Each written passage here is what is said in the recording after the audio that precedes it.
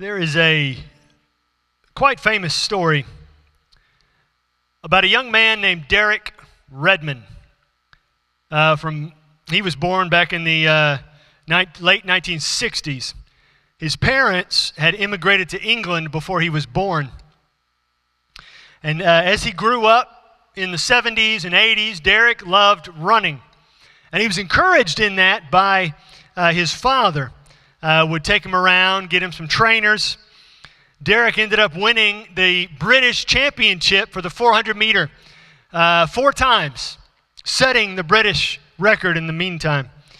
He qualified for the 1988 Olympics. This was the pinnacle. He was super excited for the 400 meter run, and he gets down there on the track. He's waiting for the other runners to go. And as he's warming up for his race, he blows his Achilles right before, not 10 minutes before his race, and has to withdraw. Heartbroken.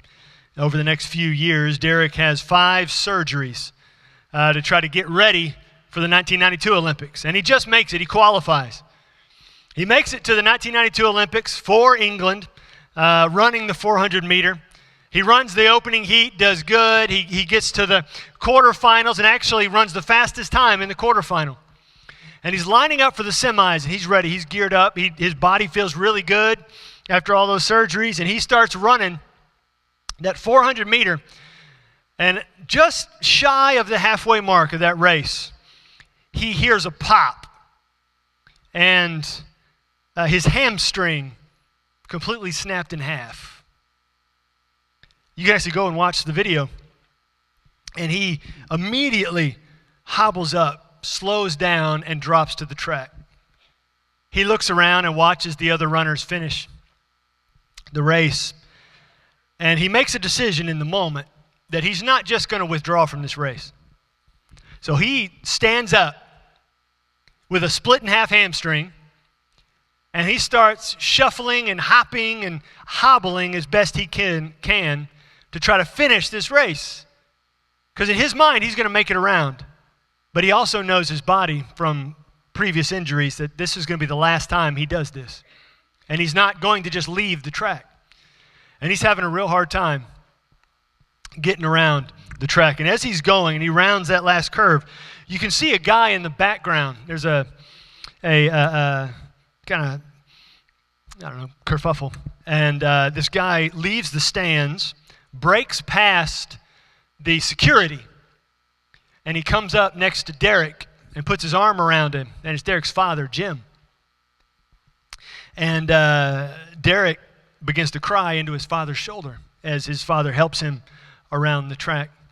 And you can see other security guys, Olympic officials come up. And as his father is comforting Derek, he is shooing those guys away. And he's saying, "My son's finishing this race. Get away from me." And they make it all the way around. They make it past the finish line and off the track. And the crowd there that day, it was 65,000 people. They didn't understand what was happening. They just thought this was, one of the last races of the day. But when they realized this was his father, they all stood to their feet and they started cheering him on as they're coming around. You see, when someone like Derek is properly motivated and properly helped along, nothing can stop them as they keep going in what they're doing. And that's what we're going to see today. The Apostle Paul talks about this very thing in Romans chapter 10. Romans chapter 10. So turn in your Bibles to Romans 10. If you're using a Bible in the pew rack, it's on page 946. 946. And if you need a Bible, please take that one home. Everybody needs a Bible they can understand. We've got others in the office. Large print, small print, youth Bibles, kids Bibles, Bibles with study notes, Spanish Bibles. We'd love to hand you one for free before you walk out of here. Just see me or Jared, and we'll make sure you get one. But here in Romans 10, Paul had just finished talking in Romans 9 about how God gave the Old Testament prophecies, particularly to the Jews, so they could apply those prophecies to their lives and they could tell other people.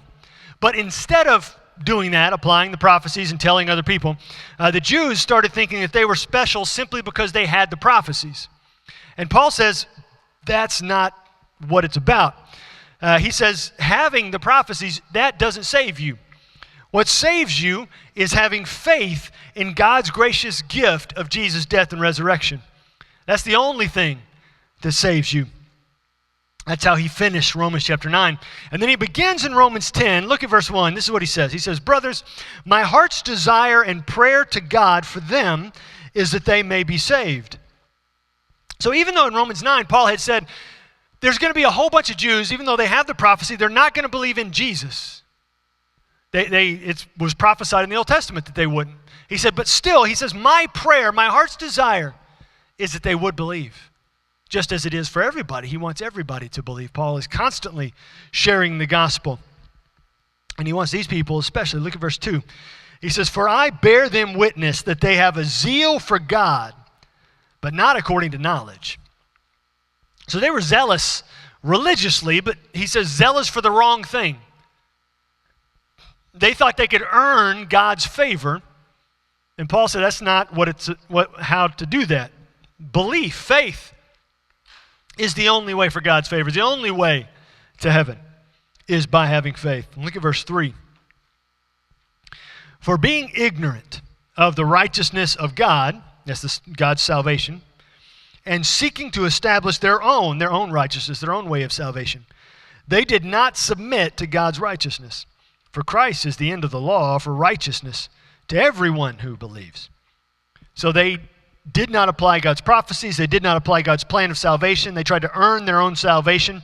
They tried to make their own way to heaven by earning their salvation instead of following God's way to heaven. And he says, really, Jesus is the end goal of the law. The whole Old Testament points to Jesus, anticipating Jesus coming. And there's a whole bunch of people who refuse to believe that. Not just then, today there's people who refuse to believe in Jesus, a whole bunch of them. Verse 5. Paul says, for Moses writes about the righteousness that is based on the law, that the person who does the commandments shall live by them. He says, okay, you want to earn your way to heaven. If you want to live by the law, you better not miss even one of them. But of course, every one of us sins. We miss the law because the reality is, as Paul has said in previous chapters, the law was never supposed to save you. The law was never meant to save anybody. All the law was supposed to do was to show you you're a sinner and you need Jesus to save you. And so Paul says these people have the wrong idea. Verse 6, but the righteousness, the salvation based on faith says, do not say in your heart who will ascend into heaven. That is, to bring Christ down, or who will descend into the abyss. That's their belief of where the dead people were. That is, to bring Christ up from the dead. Now, you may read that and say, okay, this is kind of weird, and I don't understand what Paul's talking about. He's saying this is salvation that's based on faith, so the true way of salvation that he started talking about back in chapter 9. Salvation by faith doesn't require any efforts on our part, even exceptional efforts, such as bringing Jesus to earth to begin with. God's already done that.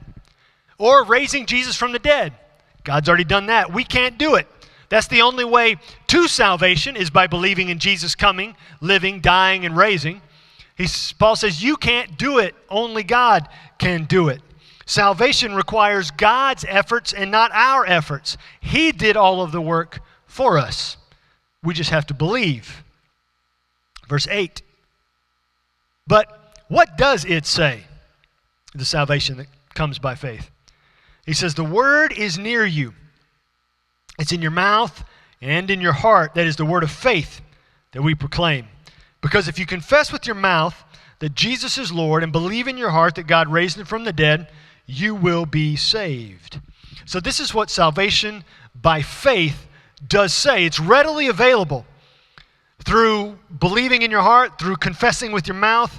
You don't have to do anything. You just have to believe. It's already been done for you. It's right next to you. It's right near you. Simply believe. It's not a long, drawn-out, complicated process. It's very simple. God made it simple because we need it simple. Verse 10. For with the heart one believes and is justified, and with the mouth one confesses and is saved.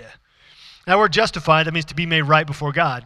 Paul uses that throughout Romans to simply mean being saved.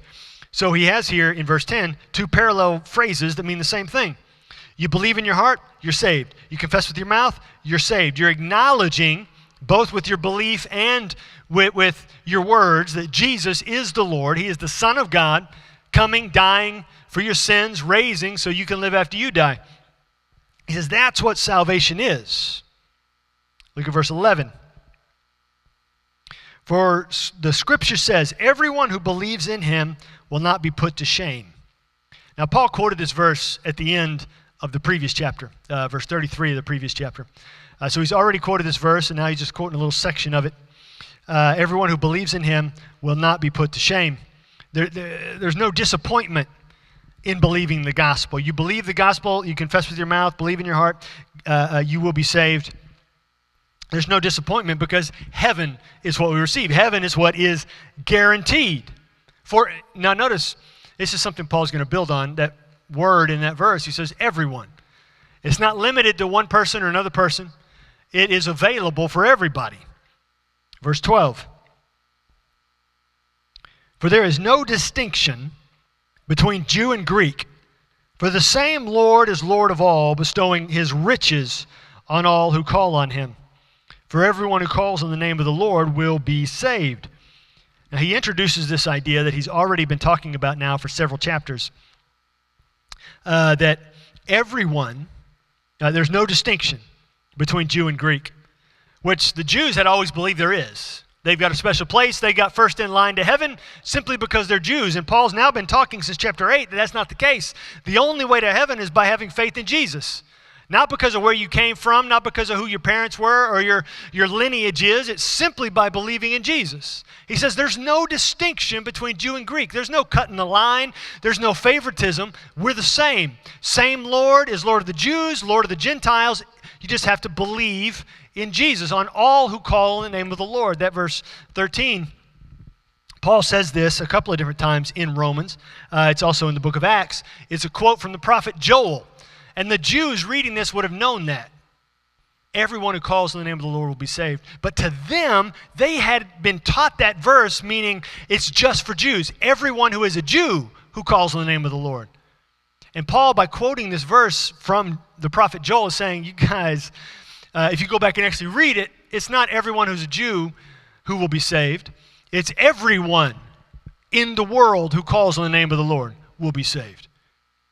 Even people who have done horrendous things, if they come to Jesus, Jesus can save them. No matter how horrendous the thing, Jesus' death is enough to cover it. Everyone who calls on the name of the Lord will be saved. Like he just said, there's no distinction. Anybody, everybody can come to salvation. Verse 14. How then will they call on him in whom they have not believed? And how are they to believe in him of whom they have never heard? And how are they to hear without someone preaching? And how are they to preach unless they are sent? As it is written, how beautiful are the feet of those who preach the good news. Now, when Paul's talking about preaching, he's in the way he's using it, he's not talking like what I'm doing right now, standing on a platform, a bunch of people sitting in pews, because you're like, okay, he's talking preaching that doesn't apply to me. When Paul talks about preaching like this, he's simply talking about having a conversation with somebody about the gospel. That's what preaching is to Paul.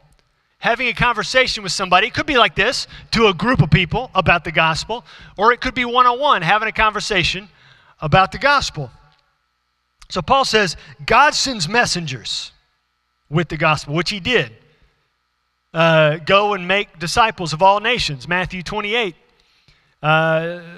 Acts 1, you will be my witnesses, testifying about me to the ends of the earth. So we have the responsibility to tell people about Jesus. We saw it last week. Jesus said in Luke 19:10, the Son of Man came to seek and to save the lost. And then John 21:20. And as he came, he is giving us his responsibility to seek and save the lost. So it's our responsibility to tell people about him. So God sends out messengers. You know, actually, when Jesus sent out his 12 apostles, that word apostle in the original language means somebody who's been sent out with a message. Somebody sent out with a message, which they all were, which we all are. We've been sent out as God's messengers. And so here in verses 14 and 15, God sends messengers. The messengers speak the gospel. The messengers speak Jesus. He says there, and then once it's spoken, it's heard. The gospel is heard. Jesus is heard. And once it's heard, those hearers can believe in the gospel, can believe in Jesus. And those believers then can call on the name of the Lord and be saved. He said, this is the process. God did send us. We've got the message. He did send us. But it's on us to tell. And once we tell, it's on Him to do the saving. It's not our job to save people, but it is our job to tell people. We're not supposed to simply reveal to people the gospel through osmosis. Just I'm close to you, maybe the gospel will rub off on you just by my aura being around you down the macaroni aisle at Walmart. He says, no, you got to communicate it verbally. That's that word preach. You got to communicate it verbally. You know, there's that famous internet quote. I've referenced it before. And as with all internet quotes, you know where those come from. It's attributed on the internet to St. Francis of Assisi that preached the gospel and if necessary use words. St. Francis actually said the exact opposite of that. He said, tell people with your words about Jesus. That quote comes from somebody not wanting to communicate about Jesus. That's where that quote comes from. It's not a legit quote from anybody who is following Scripture. He says, tell people about the gospel. You've been given it. It's yours to give. You go and give. They'll hear it. Once they hear it, they can believe and be saved and call on the name of the Lord. So we need to speak Jesus. Verse 16. Well, that first of all, there in verse 15, that I think that's an Isaiah verse. How beautiful on the mountains are the feet of those who preach the good news. That it is in God's sight a beautiful thing for anybody to share the gospel with anybody else. How beautiful are the feet of those who preach the good news. And you can imagine, just try to imagine the feet from back then. Sandals, walking everywhere, dirt everywhere. They didn't bathe, very often at all. How beautiful those feet would be, not because they are visually appealing, but because of what they're doing, bringing the gospel to everybody. And that was from the Old Testament. That was from God giving the prophecies and the message to the people to apply it and to take it, just as He does now. He's given us the word to apply it to our lives and to take it to people who need it. So now look at verse 16. But they have not all obeyed the gospel. For Isaiah says, Lord, who has believed what he has heard from us? So faith comes from hearing, and hearing from the word of Christ. Hearing comes from the word of Christ. That's an important thing. Faith comes from hearing, and they hear through the word of Christ. You see, speaking about Jesus is allowing Jesus to speak and work through you. It says there in that verse, it's the word of Christ. It's His words in you. So you're allowing Him to work through you, allowing Him to speak through you when you speak His words. But then Paul asks the inevitable question, will anybody really hear from you when you speak? That was in Jeremiah chapter 1, when God came to Jeremiah and said, I want you to preach. And Jeremiah said, God, I'm way too young to be doing any of that. And besides that fact, nobody's going to listen to me. God ended up telling Jeremiah, it doesn't matter if they listen to you or not, you're supposed to go out there and do it. Just say what I tell you to say. Go where I tell you to go. And I'll take care of the rest. And so here, that's the question Paul's asking as we lead into the next verse. Will anybody ever really hear when we speak? Verse 18.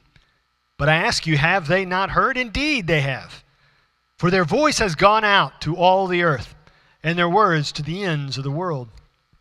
So Paul's quoting, he's going to quote several Old Testament prophecies here to back up his point, just saying this isn't just a New Testament idea that comes after Jesus came and lived and died and rose. He says this was the concept, God's plan for all time to begin with. He says some people may question if everyone has the opportunity to hear. He says, well, the voice has gone out, the words to the ends of the earth. And actually, this is a quote from a psalm that begins with the heavens declare the glory of the Lord. That God's message, that he is real, is all over the place. Paul actually talks about that back in Romans chapter 1. He says nobody is without excuse. People may distract themselves and lie to themselves, he says, but nobody's without excuse. The heavens declare the glory of the Lord. It is everywhere. And so he says, okay, if they have heard, Paul asked the question, maybe they didn't understand. That's why they didn't believe. They may have heard the word, but maybe they just didn't get it. Look at the next verse, 19. But I ask, did Israel, the Jews, not understand? First Moses says, I will make you jealous of those who are not a nation. With a foolish nation, I will make you angry. So what Paul says here is they did understand, and they still chose not to believe. He says, I tell you, they heard it, they understood, they still chose not to believe. Even as unbelieving Gentiles were getting saved around them, they're choosing not to believe. They're choosing to walk their own path. And again, this isn't just a first century thing that's happening. There's people today you can share the gospel with and will still choose to do their own thing, walk their own way, believe their own ideas for a wide variety of reasons. So Paul's saying that's what's going on here. Verse 20. Then Isaiah is so bold as to say, I have been found by those who did not seek me. I have shown myself to those who did not ask for me. So again, Paul, who already said there were Jews who aren't going to believe. He said Gentiles came and they did believe. And now he quotes from the Old Testament saying, again, this is not a New Testament idea. This has been around forever. There's those who did not receive the Old Testament prophecies, and even they have chosen faith. They have found salvation. Not because, he says, the Jews went out and did what they were supposed to do with the Old Testament prophecies, apply it, and then tell people about it. These people found their way to the Lord and salvation, not by the people who were supposed to tell them, but because they were out there seeking on their own. He says they weren't given all this stuff to show them the way, and yet they still found their way to Jesus. They still found their way to what was intended to be. Verse 21. But of Israel, you say, so it would seem as though Paul's being extremely harsh on the Jews up till now. Chapters 8 through here 10, and it's going to go on into chapter 11 too. But he's been talking about saying a bunch of them aren't going to believe. He says, I still want them to believe. I'm praying they believe. But look at what God is doing in verse 21. But of Israel, he says, all day long I have held out my hands to a disobedient and contrary people. So Paul is saying that some absolutely understood, as God testifies, and they still chose not to believe. But even in this verse, even in their deliberate unbelief, what's God's position there, verse 21? God is reaching out to welcome them. He's reaching out to welcome any unbelievers. Even those who have known the truth for generations and still chose not to believe. It says God is reaching out to them. Reaching out to pull them in. Because no one is too far gone. No one is too far gone. Anybody can come. As he said the whole chapter, everyone who calls on the name of the Lord. He holds out his hands because no one is too far gone. God is holding hands out to them, even though the people are intentional and they're persistent and they're contrary. Do you know anybody who almost everything that comes out of their mouth is just simply contrary? I mean, you can make any statement and they're going to counter what you say just because they like being opposite. You know, you could say the sky is blue, and they're going to talk about how, no, it's not. It's actually this, and this. Or you could say that carpet is green, and they'll say, no, it's not. It's actually this, and this. You know, and they'll just like to be argumentative. And that's what he's talking about, these people. They're contrary. They're argumentative. They want to be opposite. And he says, even to those people, he says, I'm holding out my hands to them because nobody's too far gone. It's the image of the prodigal son, right? The prodigal son in Luke chapter 15, who came to the father and asked for his inheritance long before the father died. Father gave it to him. Son went out, squandered the father's inheritance on terrible, terrible things, spent money on things that the father would be ashamed of, ran out of money, had to feed pigs, shameful to the Jew in that particular time, and finally decided he's going to go home to his father and beg for just a job as a servant in his father's house. And as remember the story, as the son is coming back to his father's house, he's rehearsing in his mind what he's going to say to his father, just so he can try to get a job working for him. And when he comes over the hill to see his father's house, having been gone for some time, what is the position of his father? It's the position of God here in chapter 10, verse 21. The father sees his son. Because the way Jesus tells the parable, the father has been watching for his son every day. Standing at his house on a hill, anticipating the possible day his son might come home. Even if he might not, he's ready to welcome him home. So that when the son comes and he sees his son, it says he runs to him, which again was shameful for a man to do in the first century of that day and time. And he embraces him and has a celebration for his son because he just wants him home. No matter what his son's been doing, no matter where he's been gone, the fact is of the matter in the moment, it wasn't about where the son's been. The son's home, and he's ready to welcome him home. Now, as the story goes too, the other son in the house was upset that son came home. The other son only saw that son as a shame on the family, as a rebel who went out and did terrible, terrible things, while the father just saw that his son was home now. Far too often, I will say people in general, but Christians in general, will see somebody who has made poor decisions and label them as a poor decision maker with whatever phrasing. And every time they see that person, even if that person's turned their life around, that's all they see them as is the label. That kind of person who sees somebody like that, they're the older brother in the parable. They just complain and get frustrated and they're mad. When the reality is we need to be like God, like the father in the parable, embracing anybody who's willing to come, no matter where they come from, no matter what they've done, no matter where they are. There's another great story about, actually the story's from Billy Graham's funeral a number of years ago. It's probably, I don't even know how long, 10 years ago maybe now.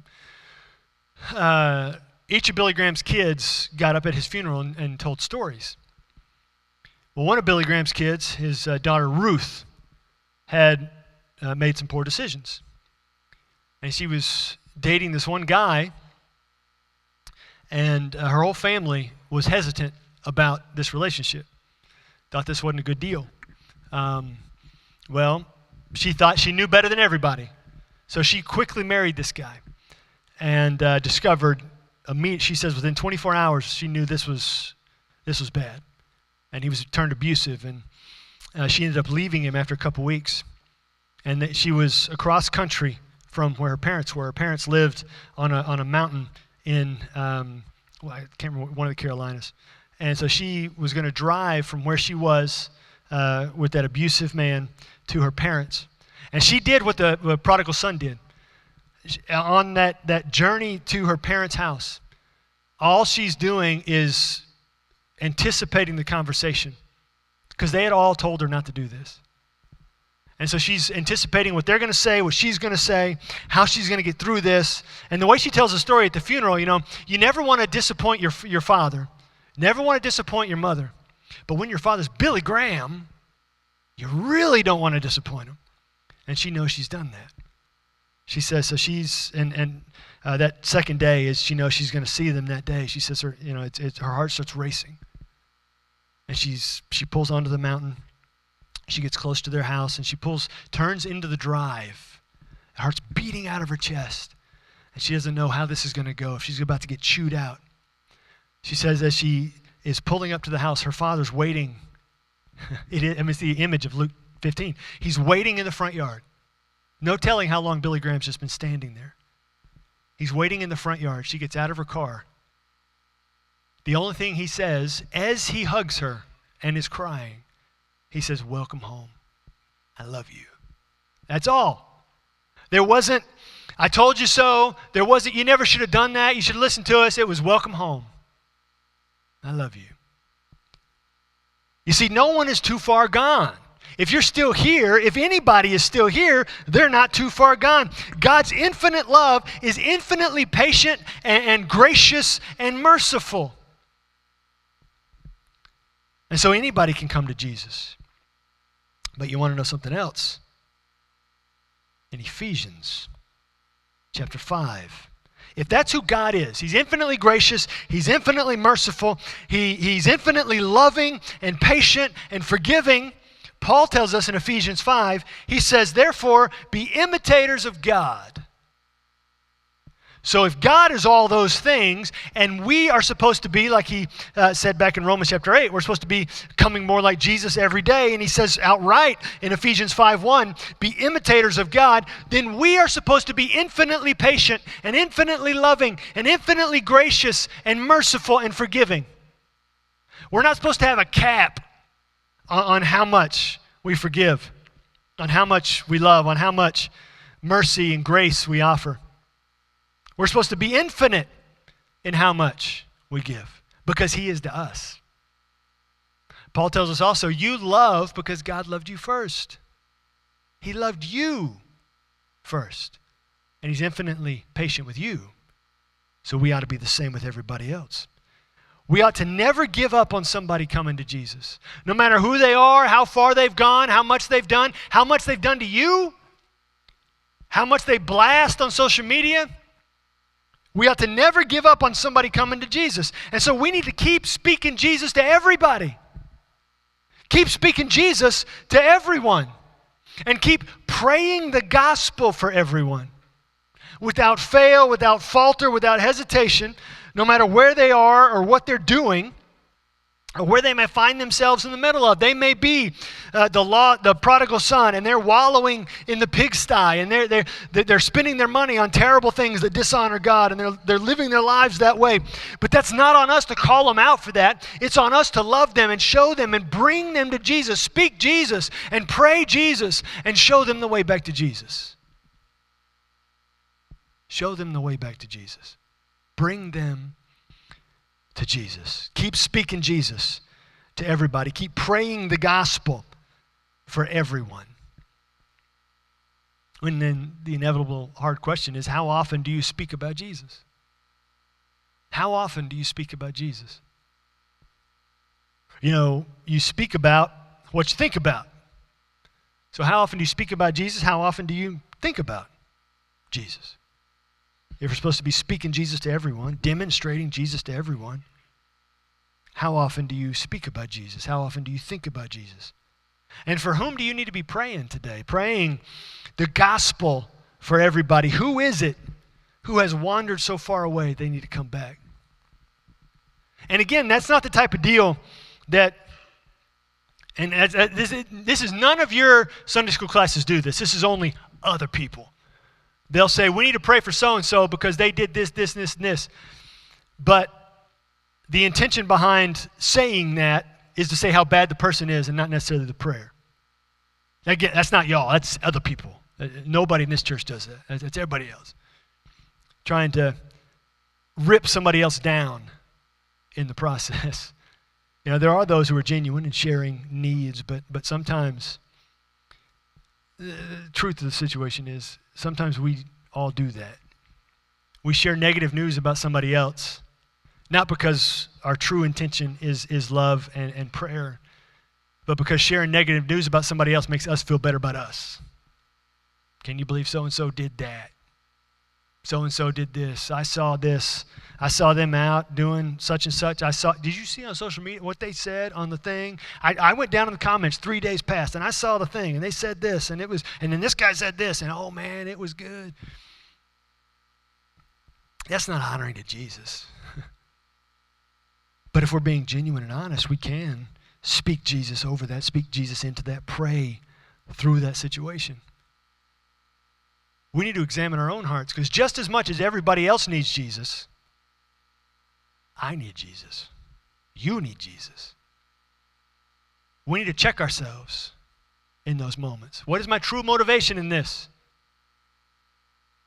When you're having those imaginary conversations about how you're going to rip somebody to pieces later, and what you're really going to say when the moment arises, you need to shut that down, because that's the enemy bringing a strategy into your mind of how to dishonor God in a conversation rather than how to speak Jesus in a conversation. We need to speak Jesus to everyone. We need to pray the gospel for everyone. Who do you need to pray for? Maybe there's a name up here on the prayer pew that is already here, that you put here. Or maybe you need to put a new name up here on the prayer pew that needs to be prayed over. And every day I'm here, I pray over all this on the prayer pew. And you need to put it up here. And it's somebody who is in desperate shape and they need Jesus. Maybe you need to put your own name. Say, I'm in desperate shape. Maybe just put your initials. Some people have done that. Just put initials. This person needs Jesus. I need Jesus. Maybe you need to believe in Jesus today. Believe in Jesus. Believe that Jesus is God's Son. He died so all your sins will be forgiven. Believe that Jesus rose from the dead so you can live after you die. Jared mentioned at the beginning, this week at VBS, we had 4 people come to know Christ. During VBS, one of them was one of the youth volunteers. Had been serving in VBS and got saved. Maybe that's where you're at today. You need to believe in Jesus today. In Jesus' death and resurrection. In Jesus buying your salvation. You just need to believe, have faith, as Paul talks about, and see what God can do in you and through you today.